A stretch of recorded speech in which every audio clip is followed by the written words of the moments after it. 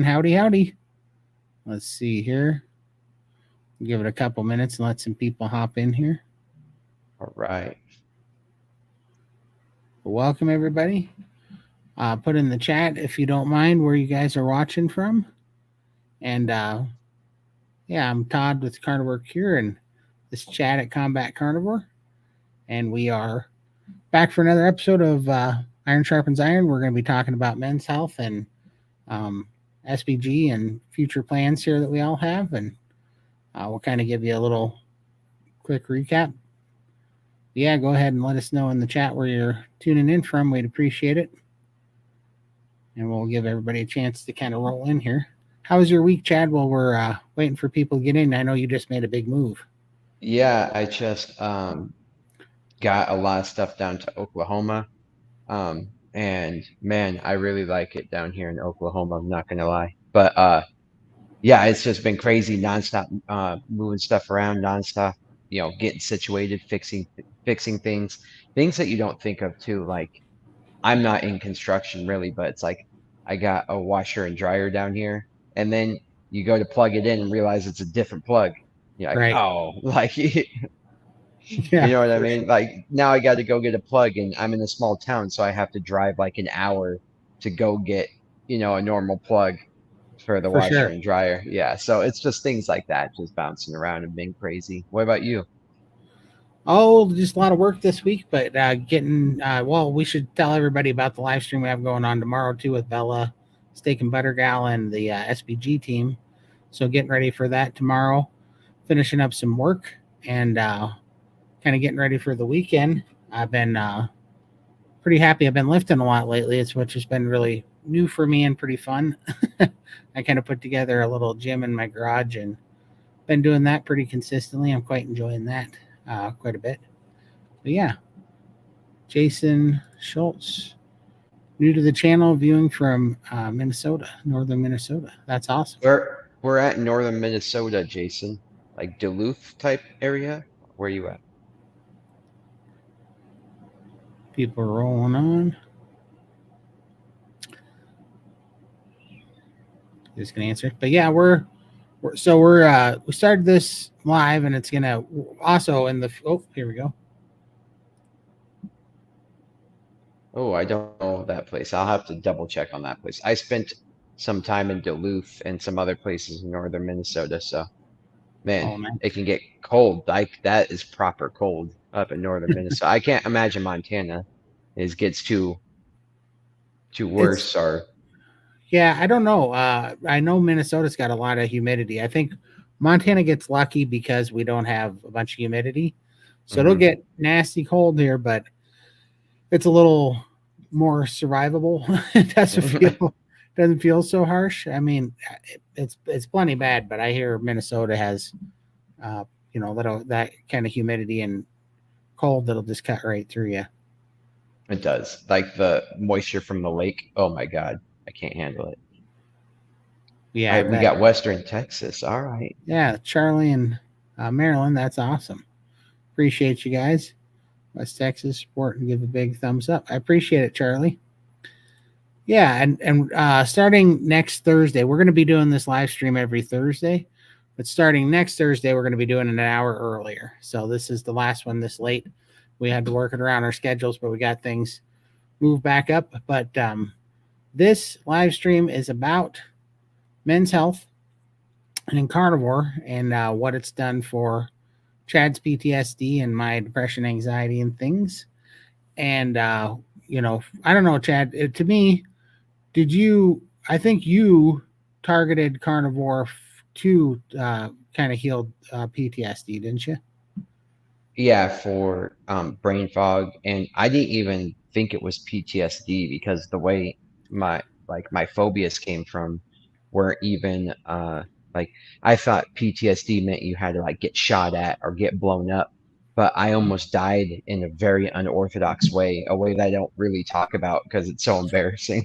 But I that really left me with a bunch of weird tendencies and like OCDs and phobias and brain fog, and it just kept getting worse and worse and worse over time. So that was like my main thing for targeting or to use diet in order to cure myself. But Yeah. in addition to that, I was dealing with so many digestive issues. Like every digestive issue that you could think of, I would get like chronic like flu symptoms multiple times a week. So I was desperate and I wouldn't say I had like suicidal tendencies, but like I didn't have suicidal actions, if that makes sense. Like I was just ready to die and I would think about different ways of dying, but like I never created a plan Yeah. or was like active about it. So how long carnivore, and what did your diet look like before you felt relief of those things? So I would say I started to feel an uplift and a relief right when I got rid of processed foods. And that at least gave me a little bit of some, yeah, like you said, relief, some pressure off of my chest that was just so consistent. Mm. But the brain fog was still debilitating for whatever reason. But my panic attacks weren't happening as frequent. And then once I went animal based, that's when I started to see a ton of positive movement. And that was just nice to feel like something feel unlodged, like something like got dislodged. And it was like, oh, I'm like moving. I'm not stuck. I'm moving somewhere in the right direction. And that was Paul Saladino's like animal based diet. And then I think that was pretty immediately when I started moving that. But once I went full carnivore, it was probably about 6 weeks in to a pure, when I say pure carnivore, no carbs. Um, and it was just at this point, it was, I think, just like beef and salmon and maybe like a few eggs here and there. And it Mm. was about a month in there or like, yeah, 6 weeks. Yeah. Where I started feeling like, oh, I'm on the right path. This is awesome. And I remember, okay, I used to pray. I used to actually pray, and I wasn't a very religious person. Um, but I would pray to anything and anyone that would answer. I said, I need an hour of mental clarity.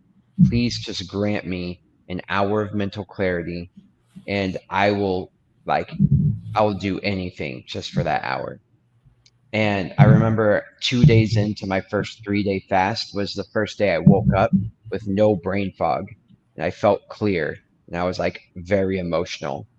So that was once that happened, I felt like vindicated that it was diet related and I was kind of vindicated like the proper human diet was the right path because Mm. I've been told I was crazy by so many doctors. So many doctors were like, this is psychosomatic. There's no such thing as diet causing panic attacks and this, that, the other thing. So when I used diet to get rid of all the things that they couldn't get rid of, I was pretty emotional about it. I bet. So how long total do you think before you?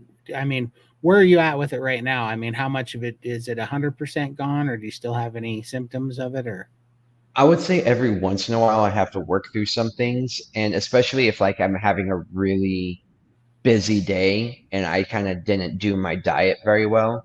Like sometimes I'll have I would say it's 98% better with just a few occasions of weird things happening.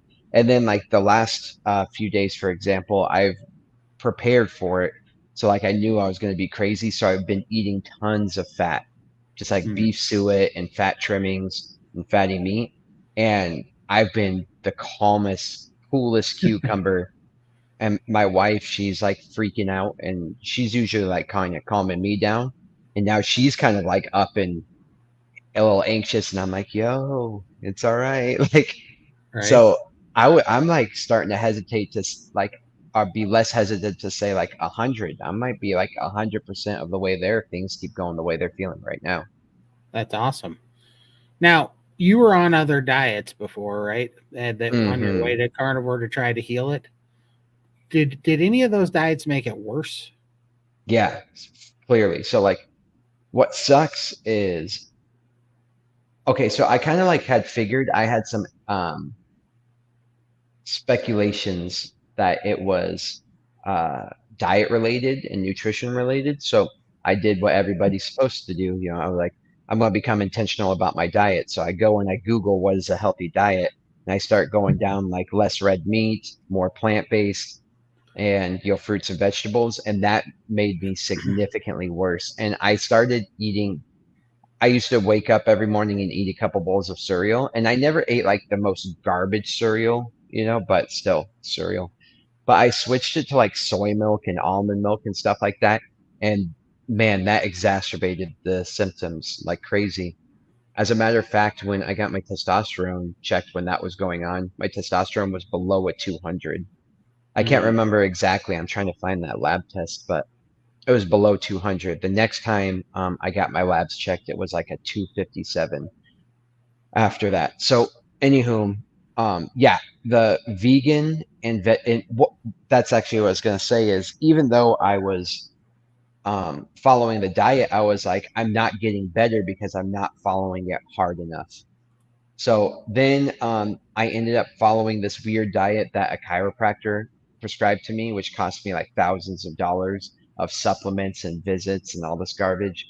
And I actually saw a little bit of relief from that because that was more about getting rid of all processed foods. But Mm. my digestive system got worse during that. So like my digestive issues. And then, man, I went, I started researching diet after diet. What's like a low histamine diet? What is a like low inflammation diet? What is a low this diet? What is a high this diet? You know what I mean? And I pretty much went through every fad diet and I would commit to every diet because I was so desperate. And what's weird in all those 10 years of looking up those different diets, I never had come across a proper human diet or a carnivore or even sort of animal based diet out of 10 years of hunting and searching and researching. Never ran across it once. Yeah, it goes to show you. It goes to show you how deep the propaganda is when they control all the search engines and the flow of information to push all this stuff. But Yeah, it's like under the truth is under a pile of garbage and you right, just get exhausted digging through the garbage.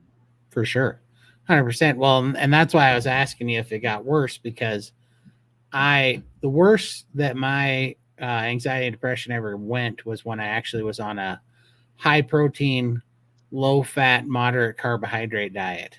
Was Hmm. the worst that it ever got.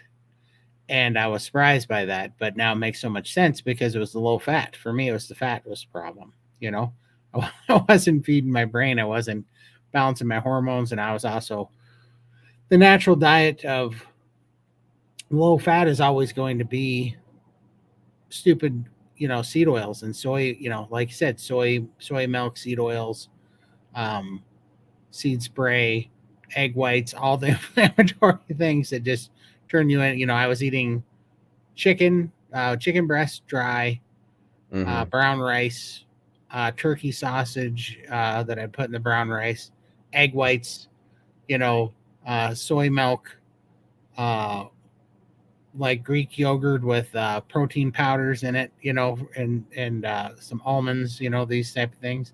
And I've never felt worse in my life. And my anxiety went through the roof.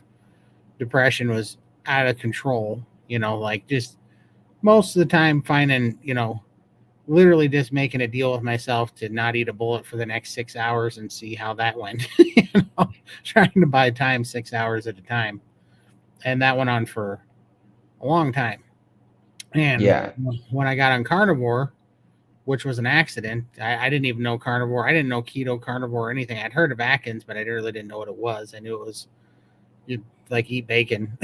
That's what I heard it was, which sounded like it was, according to my doctor's advice, was ridiculous. Now I was doing this to lose weight, you know. I didn't know the diet could fix depression, anxiety, and those things.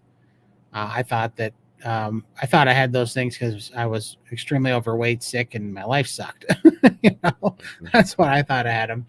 And I accidentally trying to figure out how to cook chicken better because I did this weightlifter diet for 14 months, and I was just literally I was on the edge, like something was going to give, and I had made this plan to stick with it if it killed me because I was just like something's got to change because right in there, my wife had left, my dad died, my brother died, and I was just like, I got to get healthy or die trying. That was so I had made a promise to myself not to quit no matter what. But I was so depressed and it was so hard after 14 months.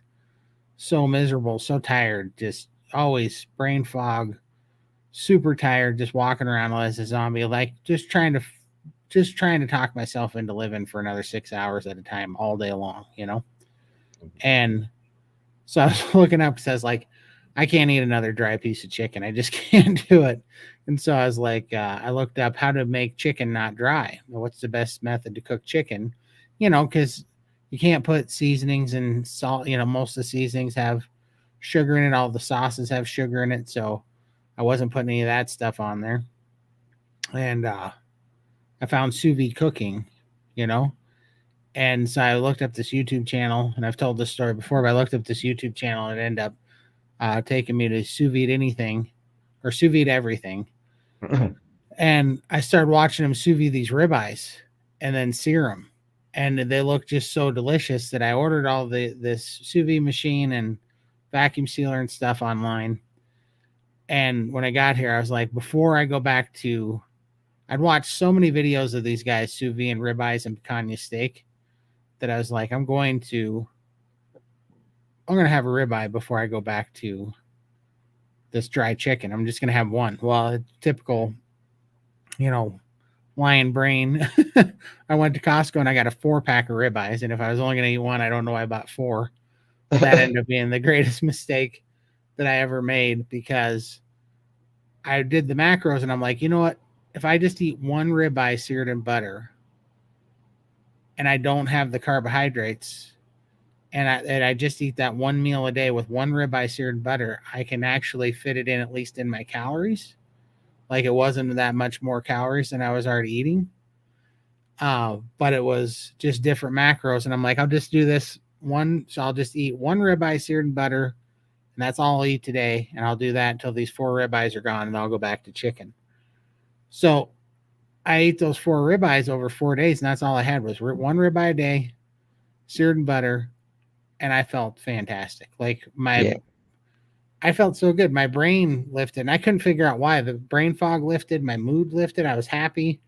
I was waking up with energy. I just didn't feel like I was walking dead all day. And I had to look it up, and I'm like, what's going on? And that's what actually sent me down the ketogenic diet path because I was like, why do I feel so good? And I lost like 11 pounds or something in 4 days.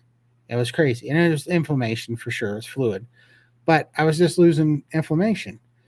And so I had to look it up. I'm like, why do I feel so good on ribeye and butter? And it brought up a ketogenic diet. And so that kind of derailed me for a few years because I went down the keto path before I found carnivore. But what did happen even then in keto was my depression lifted, my anxiety lifted. And I started realizing that wasn't just a side effect from having a crappy life, being sick and being so heavy. It was actually a diet. And I started researching that and going down that path before I got here. But that's what I realized in that time was the entire time, the reason why that diet had me so suicidal so bad, I thought it was because my wife left and brother died, dad died, and all this stuff. And I'd had that for forever, but this was the worst it had ever been. I thought it was just from those circumstances, but it was that low fat diet. That's what it was from. Absolutely. Absolutely. I would have some days, and like I had to think about it in retrospect though, but when I would eat something super dry, super lean, I would have like almost schizophrenic episodes that night where it was just like my brain was freaking rattled, like could not handle it. But you know what? Like it was interesting because I believe that the soy messed me up so bad uh, with all the proteases preventing me from being able to digest protein. And then by doing the low fat diet for so long that my gallbladder wasn't like kept up. So when I would eat those things that were high in fat, I would listen to my body and be like, well, I don't feel good. You know Right. what I mean? And so you're kind of like, if you don't know what's going on, you could just be kind of, when people say listen to your body and everything in moderation, they could gravely be misleading you.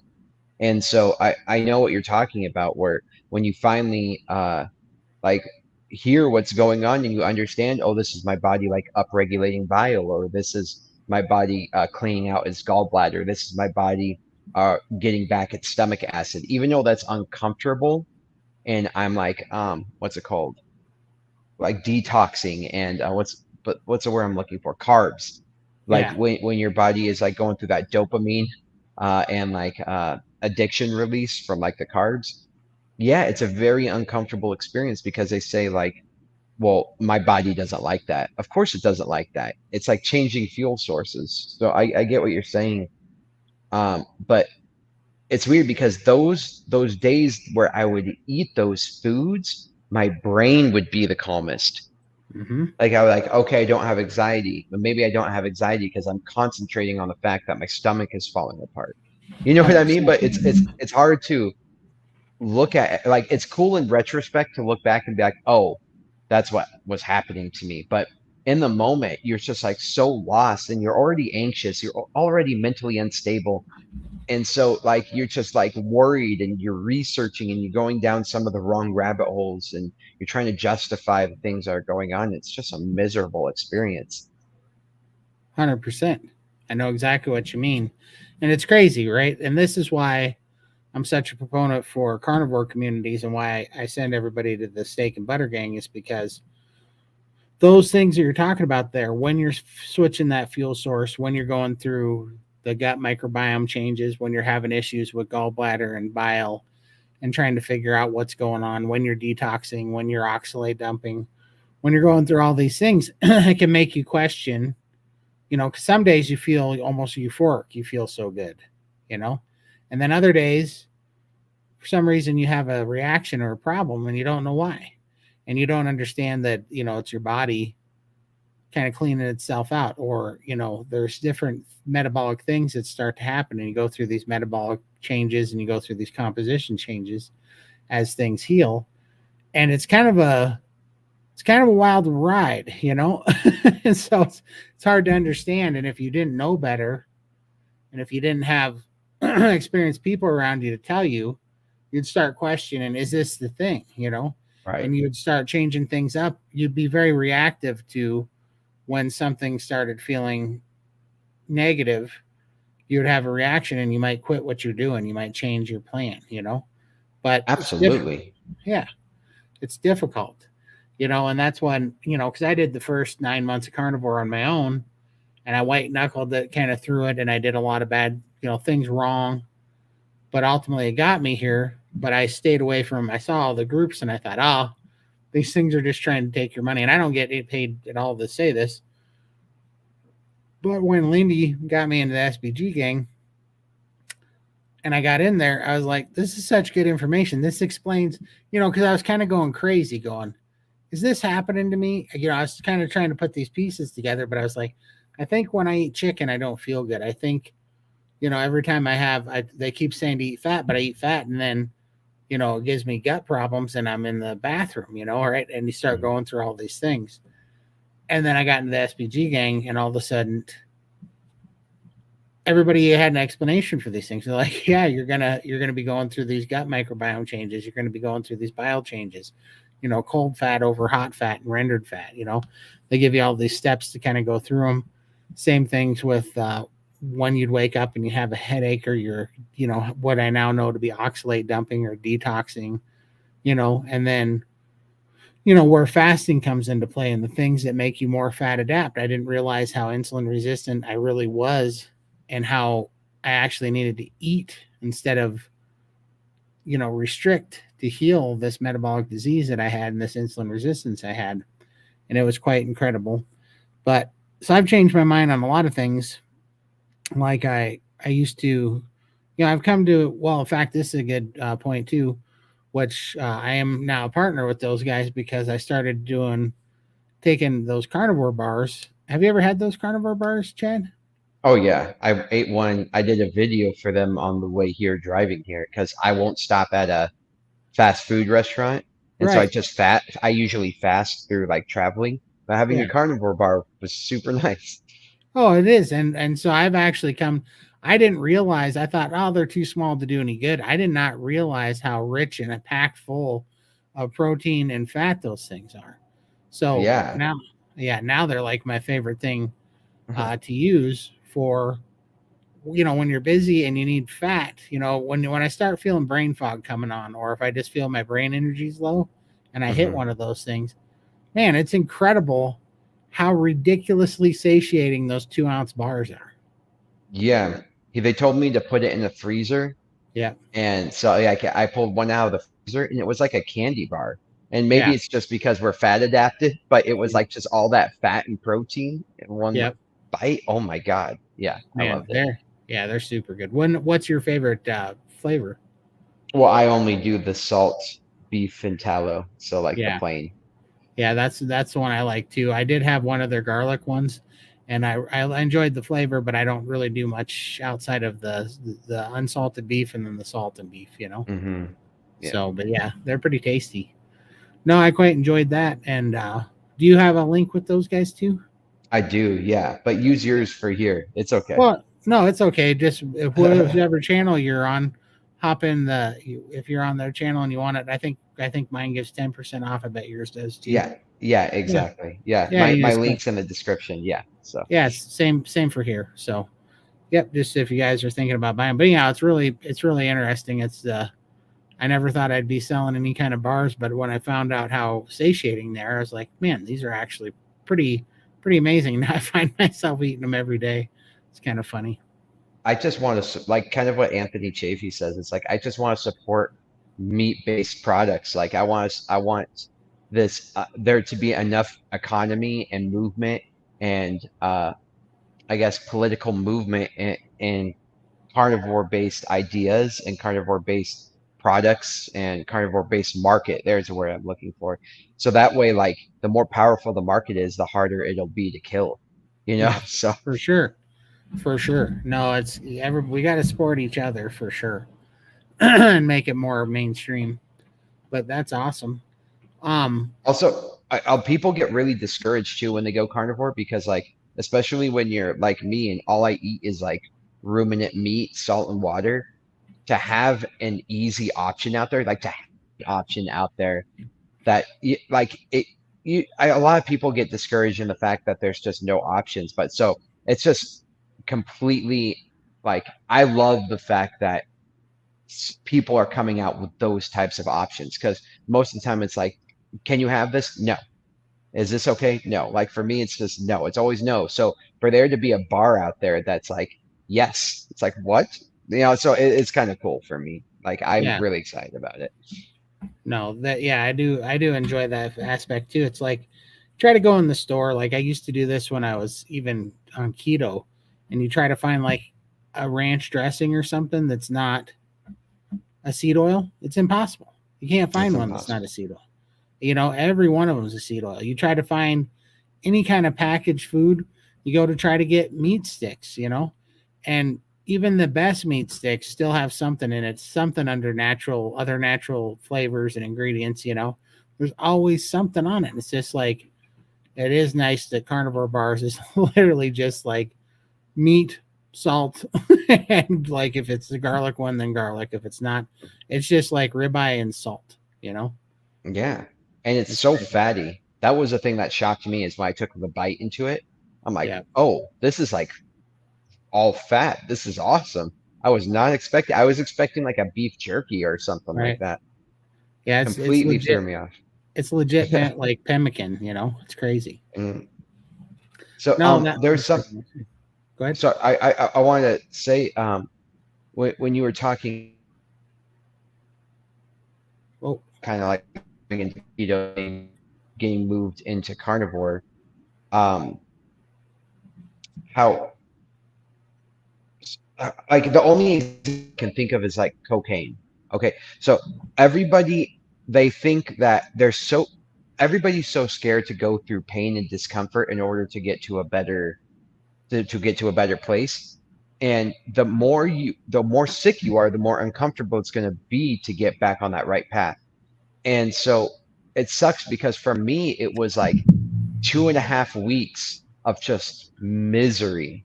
misery getting on a carnivore. And if I didn't have a support group, or if I didn't understand what was going on, I would have easily been like, this is obviously not good. This diet is hurting me. This diet is causing damage. But you have, like, the thing is, like, we kind of like understand that with cocaine, right? So like when you withdraw from cocaine and alcohol and these things, you understand it's going to be a couple weeks of just absolute misery and sweating. But if you were listening to your body, you're like, oh, this is damaging me. Obviously, this is a wrong move. You have to have some sort of sophisticated or logical reasoning behind what's going on to get you through to the other side. And so that's why I really like, I think people like Chafee and Kilts and Steak and Butter Gang and um, Dr. Sean Baker, all, Ken Berry, what's his name? Carrie Mann, all these people were so big and influential to get me to understanding, like, okay, when I'm going through hell, it's because your body is doing the right thing. And it's so counterintuitive. It's so counterintuitive. And what sucks is so many people, like I said, the truth is buried under garbage. So as they start to be like, okay, I'm going to try this diet, and then they start going through hell, and they start going through pain, and they start going through sweats, and they start like hallucinating sugar, and they start, like, it's it's sad. It's sad, but it's also like it's the way to get there. It's the way to the best health option. Because if you go vegan is going to tell you right off the bat, like, get rid of processed foods and, I mean, eat these other foods. You're going to feel a lot better right off the bat. So you go, oh, this is good. But then as you start to decline in the mid to long term, you won't blame the vegan diet, if that makes Right. sense, because you're like, no, when I went vegan, I felt better. Right. Right. It's the honeymoon. Yeah. Veganism, vegetarian, all that stuff. They have the honeymoon phase. Right. Hmm. And even Yeah. carnivore has a honeymoon phase. But the difference is that the longer you do carnivore, the more nourished you are, the more healthy your body becomes, the more healing happens because it is the proper to human diet. The honeymoon phase with veganism and vegetarianism goes away, and then you're just malnourished. Is all that's happening. Is your body starts to dwindle away, and you just become very malnourished. You know. Well, I think that's why it's important that there are groups and communities and enough people speaking out all the time to let people know, like, hey, this is going to suck. Don't, I know you are hearing all these healing journeys, but I guarantee if I go ask pretty much almost all those people about their healing journey, it's going to start off with misery. So, like, for example, uh, when you got off all sugars and you got rid of your last carb, how miserable was it getting rid of your last carb to when you became fat adapted? Well, honestly, it was a rough 5.5 weeks, to be honest with you. Yeah. But I'd been through 14 months of hell on that. Like, I can't tell you what made it better for me was first I put on all the weight. For people that don't know, I was 600 pounds when I was 14. Was huge my whole life, and I put on all the weight by drinking soda. I was massively addicted to soda. Oh, And so I had thought that I had quit the bad part of soda, so I was drinking diet soda at the time. And I had done that, and then I went on this 14 months of this weightlifter diet. And so that had me in such a terrible state. It was so bad, right? Because I never had any energy because I was eating just enough carbs to keep me from, I was still, to keep me insulin resistant, right? I now know this. I didn't know this at the time, but I was eating just enough carbs. I was eating like 150 to 200 grams of carbs a day, which was, and they're complex carbs, highly fibrous, like brown rice and, mhm. let's see, I was eating brown rice, maybe some couscous, some like mixed vegetables like broccoli and stuff. And I was getting just enough carbohydrates and Greek yogurt, low fat, of course, Greek yogurt and, egg Low whites fat. only. Yeah. And so I was getting just enough carbs to keep me insulin resistant, but to not switch over to trying to burn fat. And so when you think about that, I was putting a minute amount of energy in my body that my body that my body would and could convert to fuel. And I had no fat for hormone health, gut health, or brain health. So that was 14 months of hell. And I mean, I woke up every day just feeling like I got hit by a bus in the night.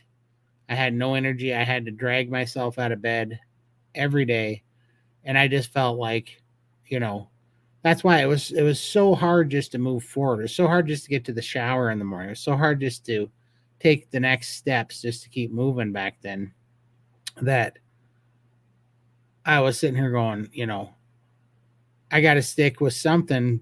And I just had faith that maybe it would start working. In my head at the time, it was like, if I do this long enough, the reason why I'm this tired is because I'm this heavy. So maybe this weight will get off me. I'll have more energy, whatever. That's what I was Hmm. thinking. And so the reason why I'm saying that is because even though the carb withdrawals and the sugar withdrawals are bad, I had done it in such a way by doing that diet for 14 months that I kind of half carb withdrawal, and I did kind of get off of most of the processed stuff. And I also got off most of the sugar. So I was drinking diet sodas, which was not any better, or a ton better, but at least I had lowered my carbs to like that 150 to 200 grams of carbs a day. So by the time I did do it, what it really was an addiction for caffeine and sugar, or caffeine and carbohydrates. I wanted the diet soda, and I wanted my rice and my brown rice and stuff. My body really wanted that, and it was pretty miserable for 5.5 weeks. The soda and caffeine being the hardest ones, the neutral sweet and caffeine, and that was 5.5 weeks of hell. But when it was over, I was free from everything. I was absolutely Yeah. free from all the cravings, and my brain health came back. But there's still things that happen. There's still nuances that happen, but I was free from cravings finally. For the first time in my life, I was no longer eating for a dopamine fix. I was eating for nourishment, and I could actually Mhm. tell the difference, which, I mean, that's a crazy spot to be in when the whole time you were eating for a dopamine fix. And I do know like, I'm kind of like tired. What was very interesting is like when you're eating carbs, you get tired from the crash. But when you're on fat adapted, you're tired because you haven't eaten. Like, like, oh, it's been a long day. And then you eat, and all of a sudden you're like fueled up. I don't know. I feel the nuance, like you're saying, in the difference. And I just watched this thing on Dr. Sean Baker's channel before it came on about the study that they did with their applicants, or the volunteers, about people who drank regular soda, diet soda, milk, and water. Did you hear about that? Huh. So they had a study, and for, I can't remember the amount of time, but they had one group of people drink soda.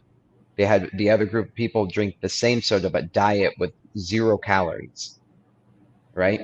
And Yep. then they had people on a group of milk, a group of people on milk, and then they had a group of people who only drank water. And after, I can't remember exactly how much, I'm gonna have to look it up, but the people drinking soda gained a ton of weight. Like, I think we were talking like 20 pounds or something crazy. They gained a ton of weight just drinking soda, just switching. And I think it was like a liter of soda, but regardless, whatever they were drinking, they gained a bunch of weight. The people who were drinking milk didn't gain or lose any weight. And the people who were drinking water lost a bunch of weight, like quite a significant amount of weight.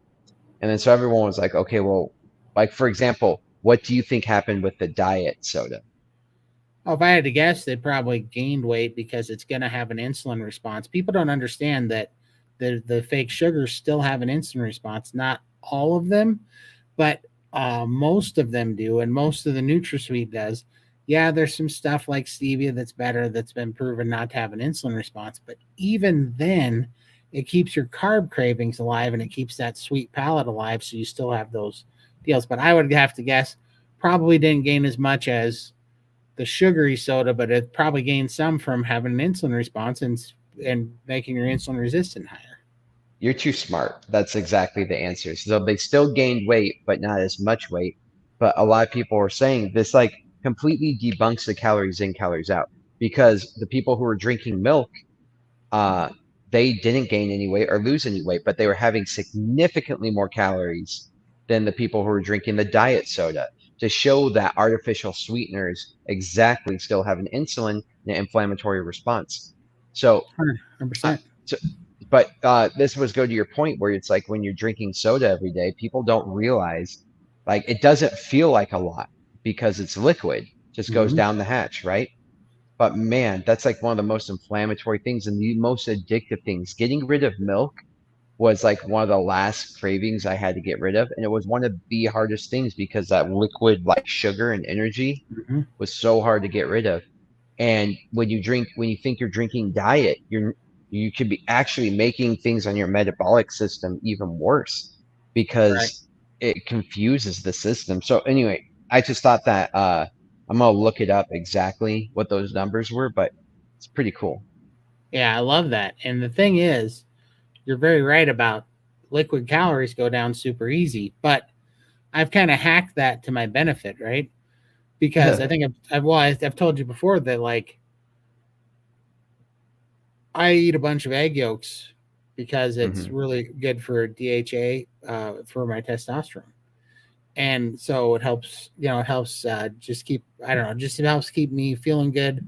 Makes my muscles feel good. I grow more muscle in the gym when I'm doing this, and so I use that same thing. I'm like, I was making all these omelets and stuff to get these eggs down, and I'm like, why don't I just drink them? Because I'll just take the yolks out because that's where all the DHEA is, and so I put 18 eggs and egg yolks in a container. Well, lo and behold, it's like 12 ounces. Well, I used to drink when I was young, putting all this weight on. I would drink, 24 12-ounce cans of soda throughout the day. Easy.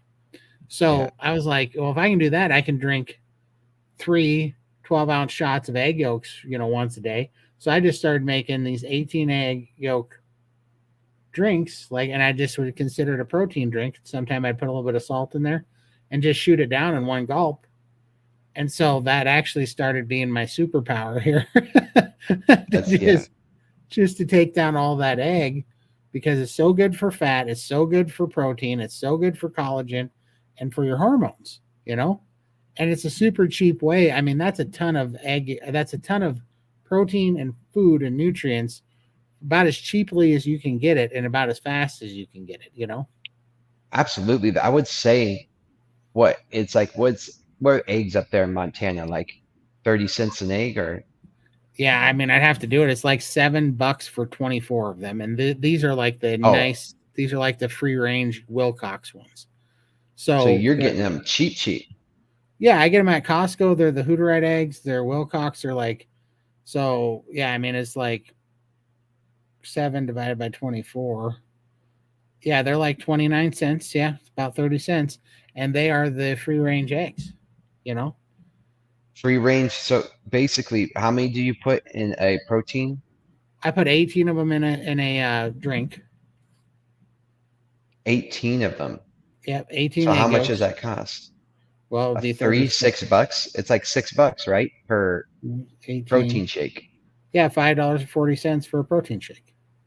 Yeah, that's nothing. No, Considering that your coffee, which is devoid of nutrients, has a bunch of sugar, has a bunch of defense chemicals in it, and is addictive, is going right? to cost more than that. And so, Yeah, 100%. And this boosts my testosterone because, like you, I had low testosterone.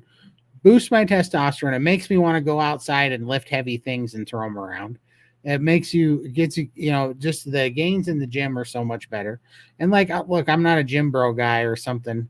It's just that when I got healthy, my body started wanting to move more. And I'm very happy to, I kind of got a second chance at health and life here. So I'm very happy to lean into that. If my body wants to move more, I'm going to move it more. If it wants to lift heavy things, I'm going to lift heavy things. If it wants to get stronger and get more capable and agile and just be able to move more, that's what I'm going to do with it. I don't want to waste this opportunity. I have this extra chance here. So, but those eggs really help me do it. And so, yeah, it's like, I don't know. I probably spend 15, $16 a day on eggs, which sure, that's like $500 a month, but that's the majority of my food. and then I have some meat every day as well, a couple pounds of meat. But it's compared to everything I save money on, and not buying prescription drugs and all that, it's a no brainer for me. You know. Absolutely. And I looked up a little bit more about that study. It was 1 liter, and I think it said for 6 months that they did this. And it was like, yeah, some people gained like 20 pounds, they said. It was Oh, ridiculous off the soda just by adding 1 liter. I believe it, man. And that's the thing, right? Because I was always drinking soda when I was young, and it's because I really truly believe that I was born insulin resistant, because we have a pandemic now of insulin resistant infants, from the mothers eating a high sugar diet, and their infants are getting high glucose in the womb, and their little pancreas has put out these massive amounts of insulin, and they become insulin resistant in the womb, and then they're born Jeez. and they have this trouble. Well, that was me to a T, because I was never skinny a day in my life. I was a big baby. I was like a couple 100 pounds when I was like 6, 7 years old. And I just kept Jeez. getting bigger and bigger and bigger and bigger. Like I think I have a picture when I was 7 or 8, and I was like over 350 pounds. What? Yeah, I need to I see this picture. My daughter is 9 right now. Actually, my son is 7, and he's like 40 pounds. I know, and and I remember this Christmas because I bought this shirt at Crow West Ranchwear, and it was the biggest shirt that they had, and I was pretty miserable because I was popping the buttons on it, and because I mean CC, at 8 I so, couldn't find grown man shirts to fit. jeez. CC says, so just carnivore and no veggies. You never have a BM again, right? Right? Oh my, that was you at eight Yeah, years old. yeah. I was 8 years old, and that was like a 4X men's button up shirt. And I was kind of tall for my age. Like I don't know. I bet I was probably 5'6" or 5'7", maybe even 5'8" there. Yeah, that was me at 8 years old, and that was a men's button-up shirt, and that was 1991. I was 8 years old. You know, How much did you say you weighed? I would say I'm just guesstimating, but I would say that I was somewhere around 300, maybe a little over. Wow. Yeah, and That's people don't understand uh, how this works, because when you carry around a lot of weight, you get a very dense frame too. mhm. So, like, people always think that I'm heavier or lighter than I really am. And I think it's because, let me see if I can find another picture. I had this in here. And I think it's because they don't understand that I've been carrying around this weight so long that I end up being, I'm going to have to send it over here to my files. Let me pull this up. But what I was saying is that happened because I was insulin resistant as a infant, I think. And so, because this is my best guess of what happened there. And so, uh, when that happened, when you're insulin resistant, you don't make fuel out of fat.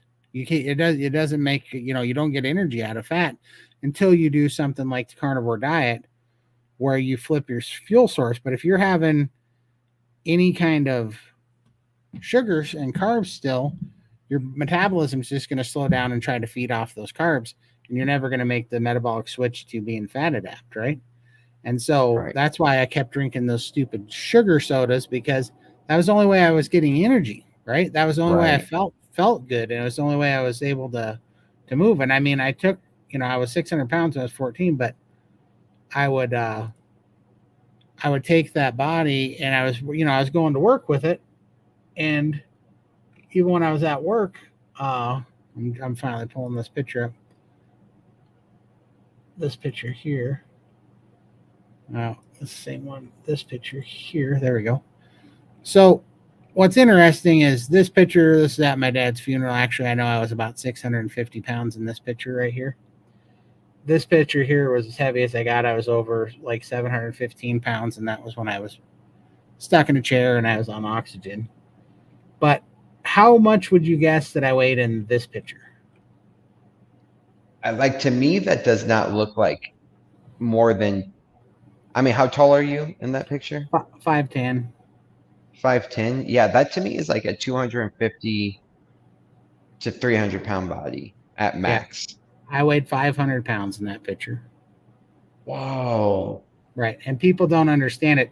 So here's this picture and this So this picture when I was 650, this picture Hmm. when I was 500, and this is the overlay so you can see how many inches that I lost.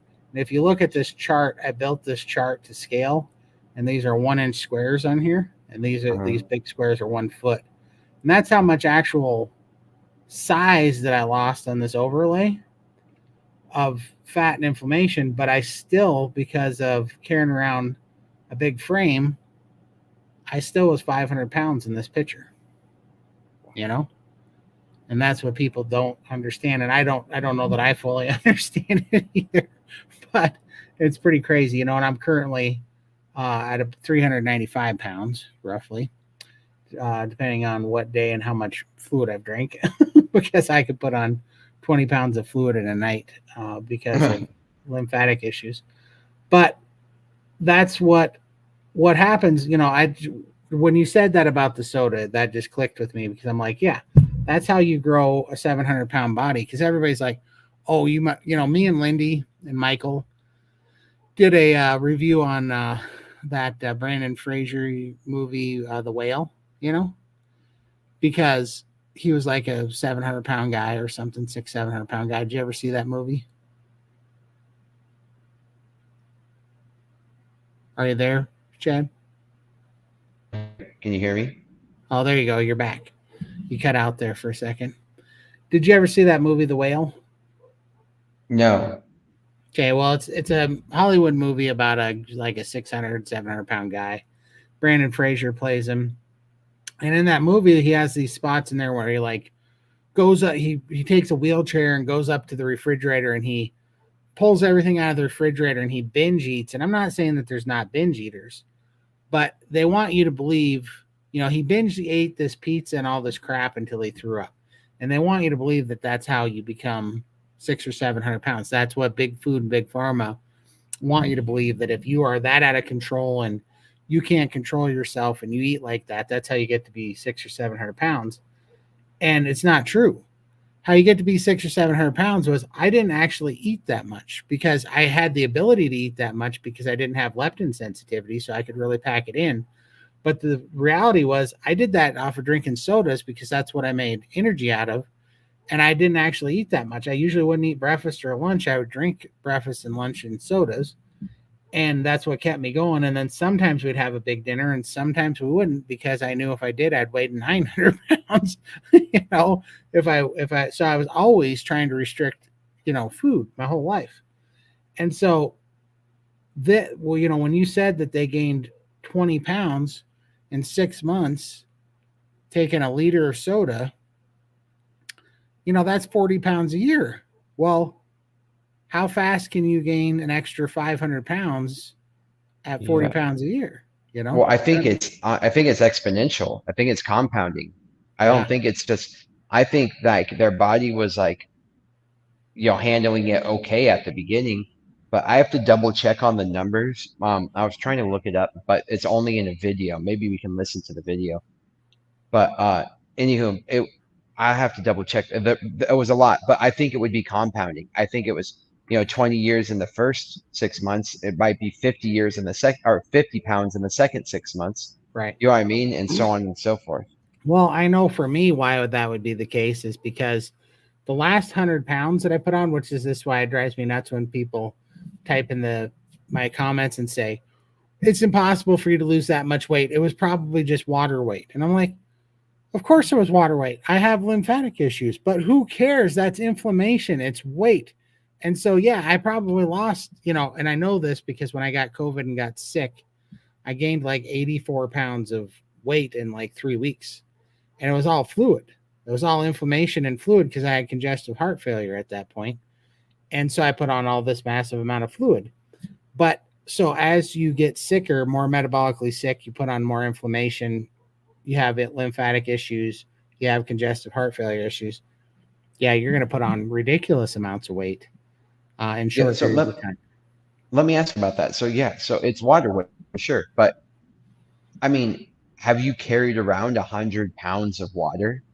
That's insane. You know what I mean? Like I've had 100 pound backpack on. Doesn't care. I don't care if it's water or anything. 100 pounds is heavy, right? And so if you lose 100 pounds, that is 100 pounds of less stress on the body. That's 100 pounds around the body that's less stressful for your lymphatic system. That's 100 pounds less on your body to us to energize, to take care of, to maintain, right? So yeah, it's like why would people care about where the weight is coming from in that sense? It's like if you had a 100 pound person jump off of you, do you know how alleviating that would be? Oh, Who seriously. cares? You know what I mean? Like, Oh, I do now. Like it's so funny because when you're used to carrying around that weight, you know, you don't see yourself the way people on the outside see, and you can't even really relate because it's just always the way you've been.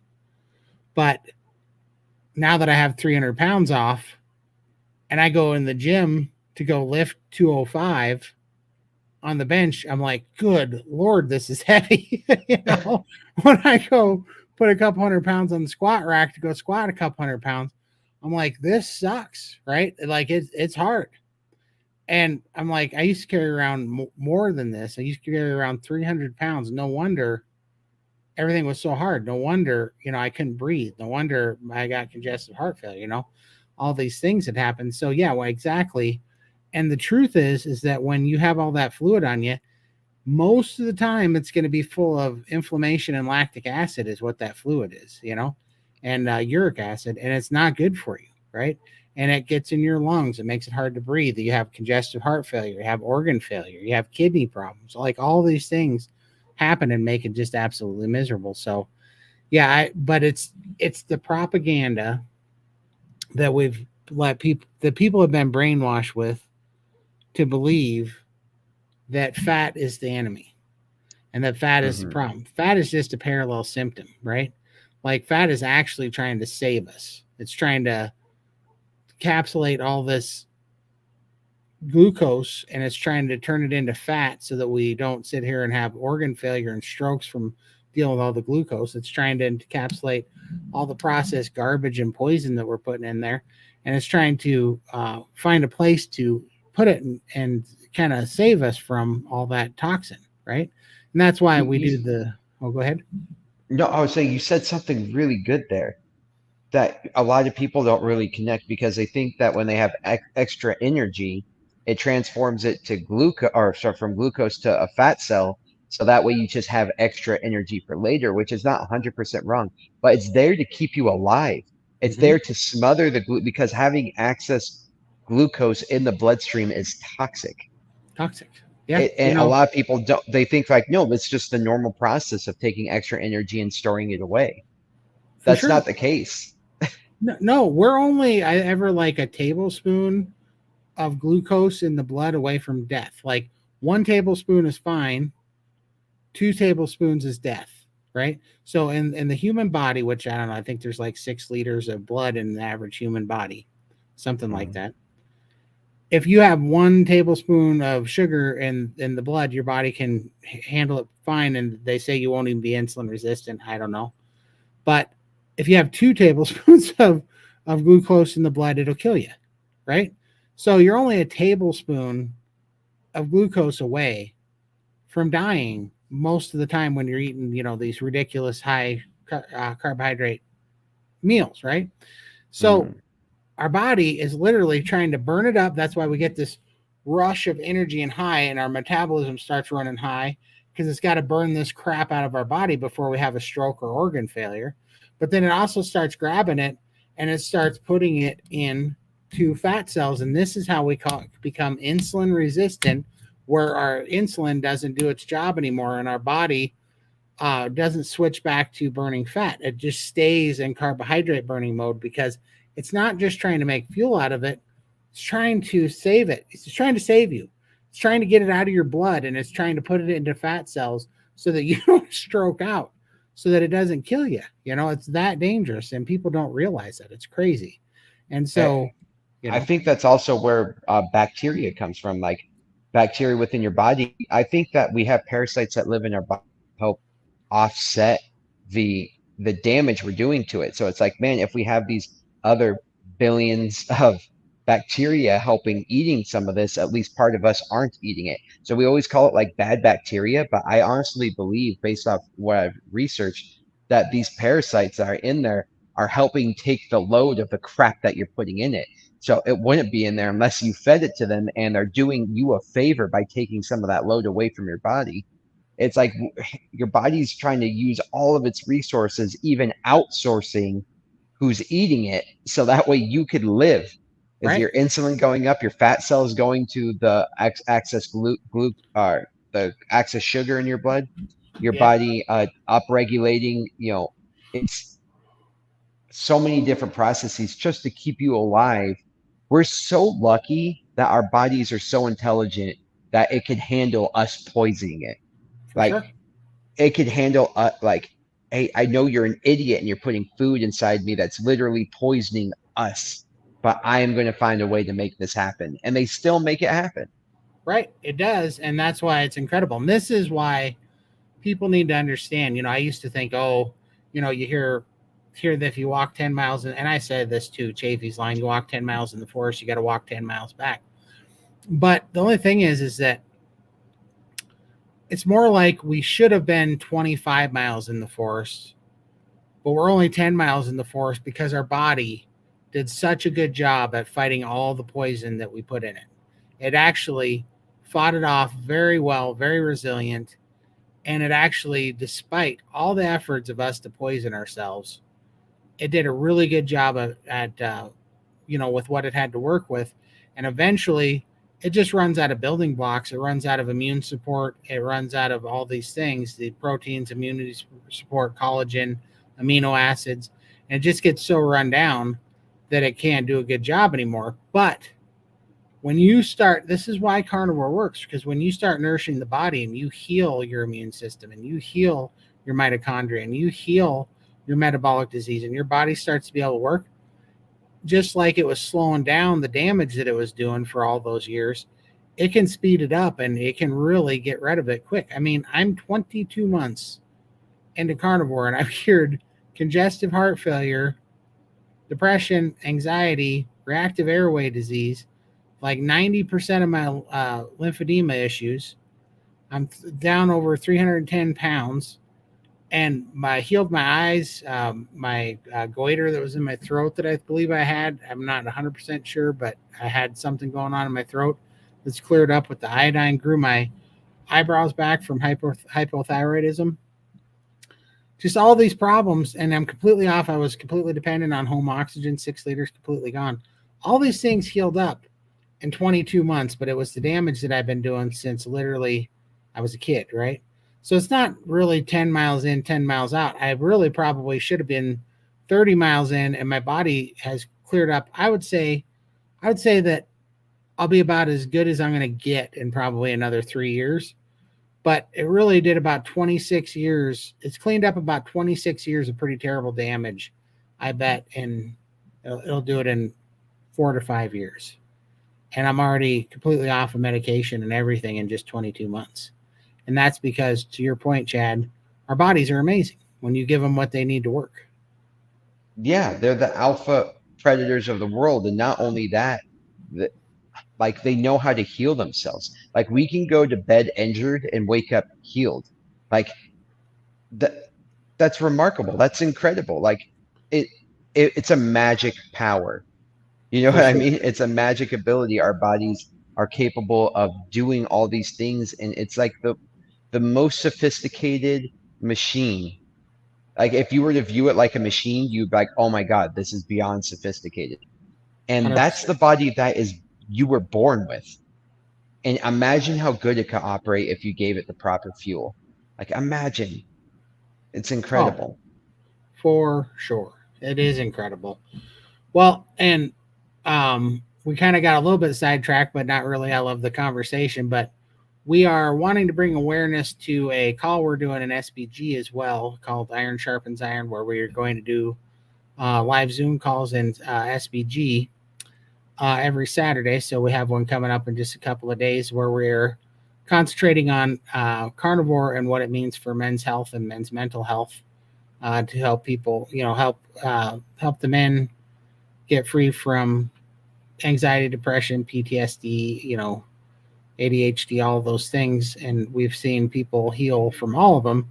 And so we're just trying to build a good call in there. And so we're kind of wanting to bring awareness to it. So in the link here, we used to try to do this. I tried to do this, and I think Chad tried to do it outside of communities, kind of trying to do it one on one. And I don't know about you, Chad, but I didn't have much luck with people because they didn't have a community to help support them. And so, and it, they liked what we were saying, but man, after I would talk to them for an hour a week, they would have to go live in their real lives for the rest of the week, and they couldn't stay on carnivore because they would fall off. They'd fall back into carbohydrates, and and their family would tell them that they're crazy and all this stuff. And so that's why we decided to do this with inside of SBG, because SBG is a carnivore community that can teach you how to get off the sugar addiction, how to get on to carnivore, and how to be sustainable and accountable.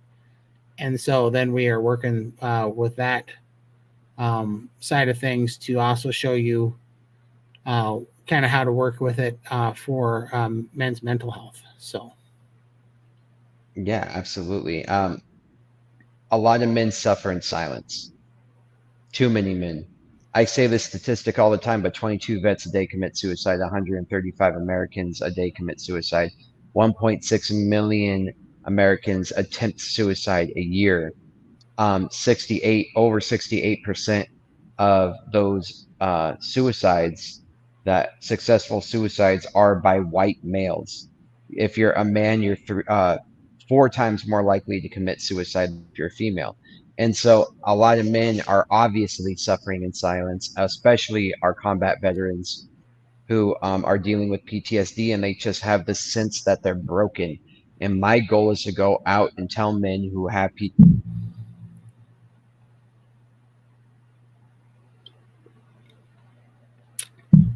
sorry you cut out there a little bit, Chad.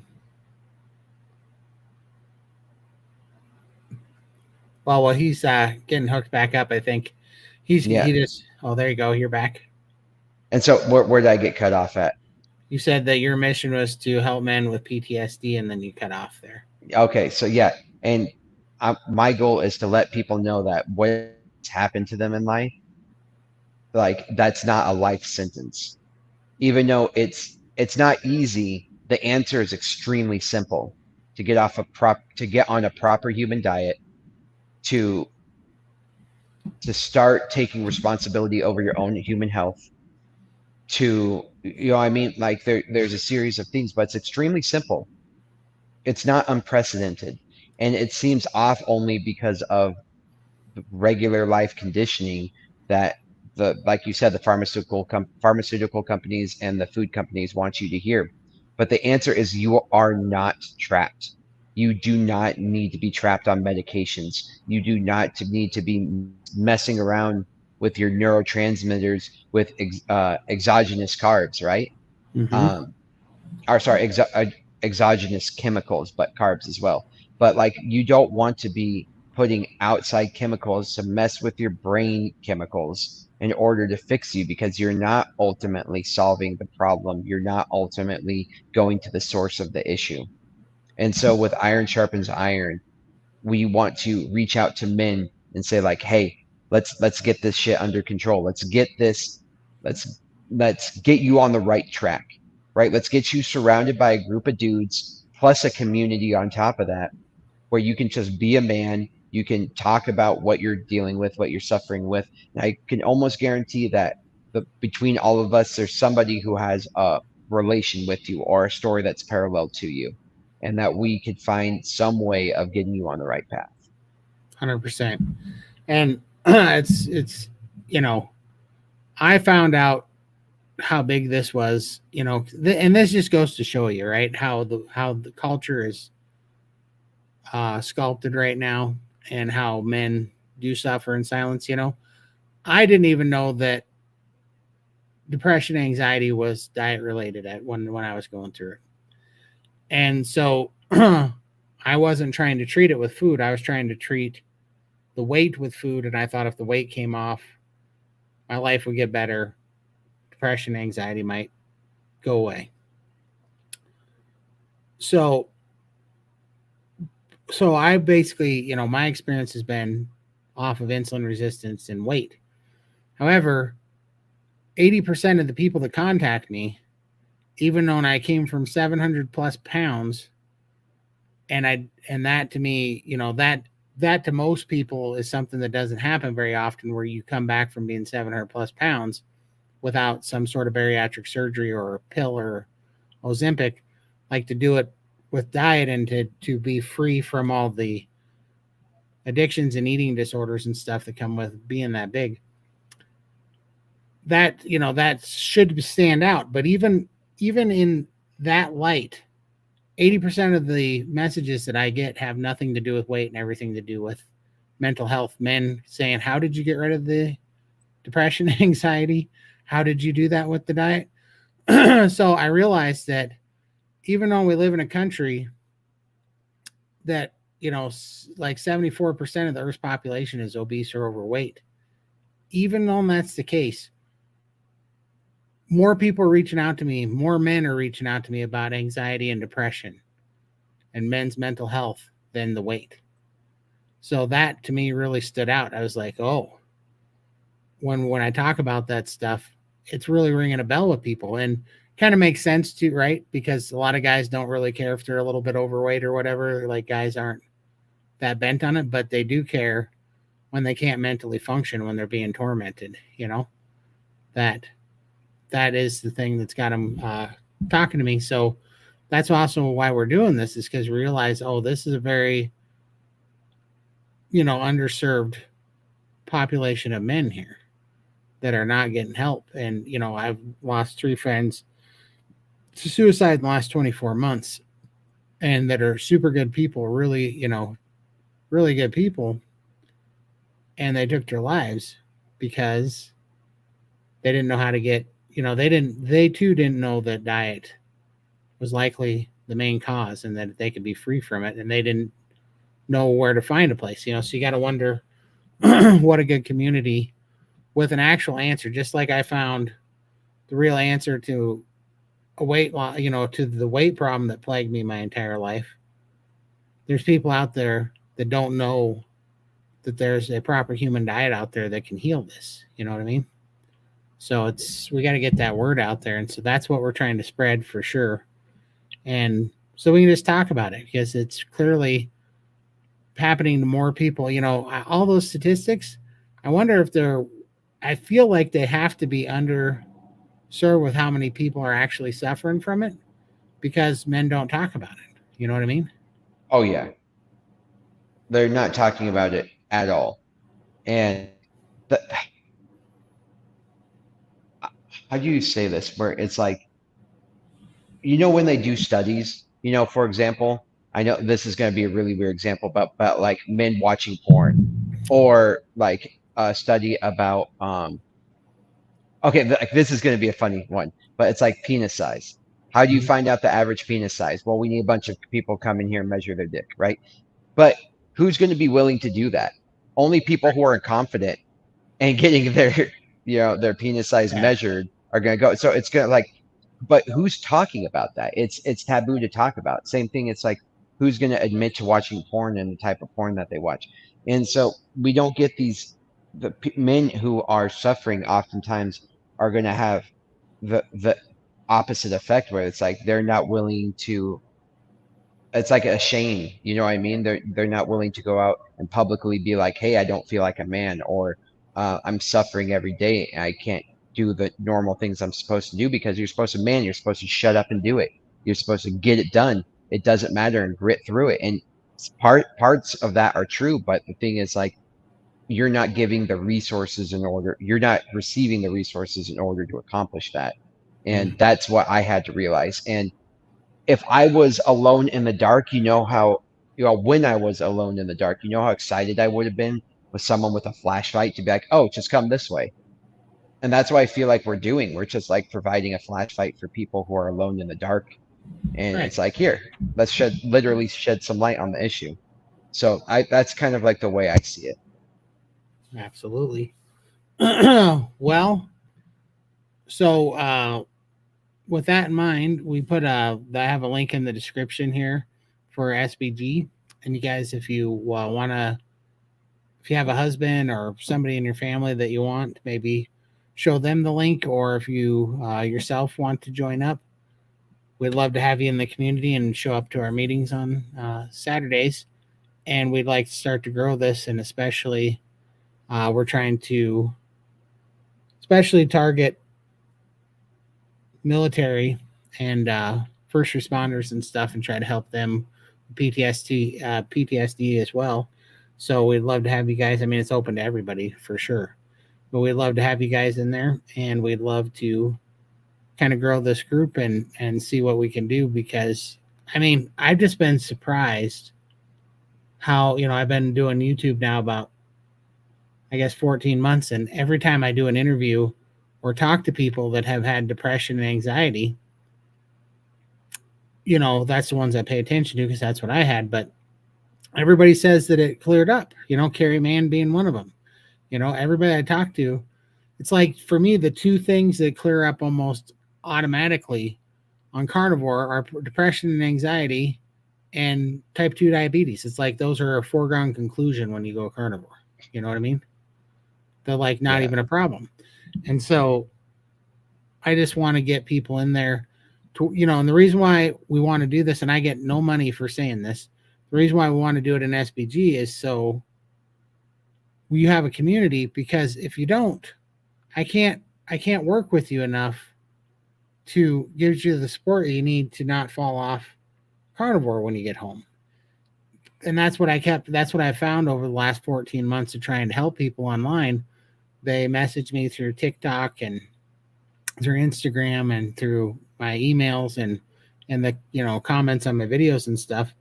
And we'll get together, and I'll even have them come on here to StreamYard and just not record it, but we'll have a talk, and I'll tell them what I do and the last questions, and it'll take an hour, and they'll come back and forth to me several times. But they fall off every time. Like, you'll hear they'll be gung ho for 2 weeks, and then they're gone. They ghost you, and it's because they fell off and they're ashamed, and it goes into their head, and they think, oh, this is just another fad diet, and what was I thinking? It's not sustainable. But when you get into SBG and you see 100, 200 people in these Zoom calls that talk to you, and they all have gone through it, and a bunch of them, like me, I'm 22 months, Coach Raymond's like 6 months or 6 years, Bella's like 5 years or something. And you start seeing all these long-time carnivores that it not only is it sustainable, but now it's easy and it's completely freedom, and they have all the answers. You have this collective amount of information that can help you get through all the struggles that you have in the first 6 months and first year. But then also it combats the world, because when you get out there, there's a whole bunch of propaganda on TV and with all the people that you're going to run into that says that red meat's going to give you cancer, that cholesterol is going to give you heart disease. It's going to tell you everything that's bad about it, and that you're going to be nutriently deficient if you don't have vegetables. But then you go in and you see hundreds of people that have been doing this for years that are in the best shape of their lives, that are thriving, and that are free from all these problems, and that were previously vegans and had tried all these things. That helps so that you can understand what's going on. And these are people that are not paid. They have no skin in the game as far as, they're not biased in any reason. They're just showing you their real life day-to-day experience. And they've been freed from metabolic disease and, God knows what else. And so when you get around that community, it works very, very well to kind of keep you laser focused and to kind of build your encouragement so that you keep going, Mm-hmm. Absolutely. Yeah, Charlie said it good here for sure. SBG is not just a girls' club. There's lots of men there to talk with, for sure. Charlie's in the club there, the SBG group. Chad is, I am, Jeff is, Coach Raymond, and we're trying to build it up. And because men don't think that they need communities, but I'm here to tell you, they're very, very helpful. They're very helpful to keep things on track. So, I but agree. I think men need community. You still there? 100%. Yeah, you cut out just a Yeah, little yeah. bit there. Yeah, I was just saying, like, I think men need community, if not the most. Of course, everyone needs community, but like men depended on community to hunt, to make society, to make all these things happen. Like, there's a piece of you missing for everybody, not just men, but when you don't have community. So, even if your community is online, when I went carnivore, I say this to a lot of people. My sister and mom organized an intervention for me, and it didn't get executed because my wife was like, "It's if you do that, it's not going to go well." Mm. Um, but yeah, they wanted to get so like some of the closest people. My sister and I are extremely close, and my mom um, is another story. But like, I'm just saying that the some of the people, the closest people in your life, will think you're crazy and want to throw you an intervention. They would want to intervene with your life by going carnivore. So who was I? Like, I'm surrounded by people who were literally trying to change my carnivore lifestyle. So it's like it's not like they make it easier on you once you do that. So having a group of people to go and talk with and hang out with and discuss this with might be some of the most important people that you meet to get you on a healthy lifestyle, to get you on a way of eating that it promotes the optimal best version of you. For me, that's what it is. Like, I like hanging out in these calls. I like hanging out in the SBG chats and things like that, because it's like God, just it's so refreshing to hear like-minded people talk about reaching their optimal goals. And when you're out in the world and everyone thinks you're crazy, especially the people closest to you, it can be exhausting, and it can lack motivation. So 100%. And I mean, it's so encouraging, and it's encouraging, and it's also, it just takes away the paranoia and all the stuff that you're getting bombarded with in the day. When you go into SBG and you see, like, you talk to Dr. Chafee, who's a medical doctor, you talk to Dr. Tony right, Hampton, talk to Dr. Phil, you talk to, you talk to people that have all walked this walk, and healed metabolic disease, healed, type 2 diabetes, have greatly improved type 1 diabetes, have healed so many different conditions and become mobile again and gotten off of the sugar cravings and, healed metabolic disease and everything, lost tons of weight. And you can see their before and after pictures. And I mean, they're showing up to these Zoom calls, which they have many of them, every week, like 8 to 10 Zoom calls a week in SBG. And these are going on, and you get to know these people and see them and actually watch them change right in front of your eyes and watch them exude health and just thrive. Like myself, I mean, I'm a different human being, than I was 22 months ago. And when you see that, all of a sudden, those people, when you're looking at your doctor that's 150 pounds overweight and inflamed in the face, that's telling you, that you're, this is going to kill you or whatever, you start looking at the medical professionals, and then you go look at, like, Sean Baker and, Anthony Chafee and Dr. Kiltz, that are all in fantastic shape. That are like, no, you don't need that stuff. And you start seeing people that are thriving and they're just glowing with energy. And you start going, yeah, oh, these are drug dealers and they've been indoctrinated. And these people are healers, right? They're using diet and their medical knowledge to heal people and get them off of drugs. And people are thriving, and they're doing it through the proper human diet. So it's quite incredible to watch, and it's quite encouraging. So one more time, we'd definitely like to encourage you guys to join up with the SPG, the Steak and Butter Gang. The link is in the description. And then also, I do have to say that we are doing a panel. Actually, Bella's doing two panels, and I'm on one of them at Hack Your Health and Tampa, Florida, November of 2025, which was previously known as KetoCon, but that will be in Tampa, Florida, and we have a discount link, and it's only good, I believe, for the next 30 days, and it is all capital letters Carnivore, and that I believe is in the description as well of this video. And right now is the best time to get a ticket if you're going to, because they're as cheap as they're ever going to be, because with that code Carnivore, it gets you $100 off of your ticket, whatever day ticket or weekend pass you use, it gets you $100 off of it. So we'd like to encourage you to use that, because last year it went from like the first 60 days, which I think there's 30 days left, where it was $100 off, and then the rest of the time it was $50 off, and then I think at the end it was like $25 off. So we'd like to encourage you guys, if you're planning on going, you want to go to Tampa and see Hack Your Health, to use that code and get $100 off your ticket. So because we'd love to see you there and love to meet all you guys. So, but yeah, you got anything exciting coming up this week, Chad, other than our call on Saturday in SBG? Yeah, call. And then what's going on with the Friday thing? Oh With yeah, that's right. We have a live stream tomorrow with Bella the Steak and Butter Gal and the SBG gang, and Chad. Chad and myself will be there with Bella, Limitless Lindy, I believe Coach Amy, and Coach Raymond will be there, and I'm not sure who else, but we're going to do a fun Q&A live stream tomorrow night at I believe it is 7 p.m. Mountain Time. So love to see you guys there as well. Absolutely. And yeah, I'm excited just to be on these calls, to get settled in and start doing this. I'm a little bit frustrated with my internet connection because I just set it up and it's been working great. So maybe I got to make some adjustments. I am on the Starlink, and I just set it up and everything has been going great, but I kind of on the far corner from the house, so I don't know if I got you. something, but I'll figure it out though. But I will make sure that I have better internet connection next time. But yeah, so that's what I'll be doing this week, is fixing my internet connection, making sure it's solid.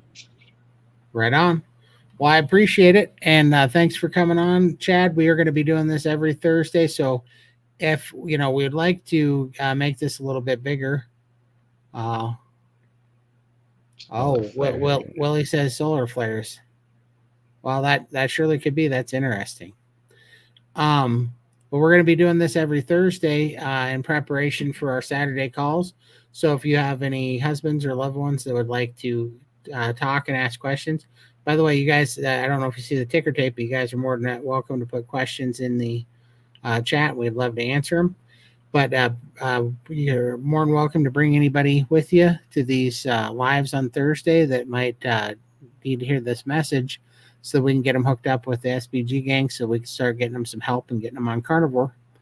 But till next time, we will see you next Thursday or Saturday in the SBG, or tomorrow night if you're showing up to our live with Bella. And we will be 1 hour earlier on this live next Thursday. So that'll be also 7 p.m. Mountain Time on Thursday for the next Iron Sharpens Iron. We appreciate y'all. We love y'all, and we will see you next time. Bye, guys.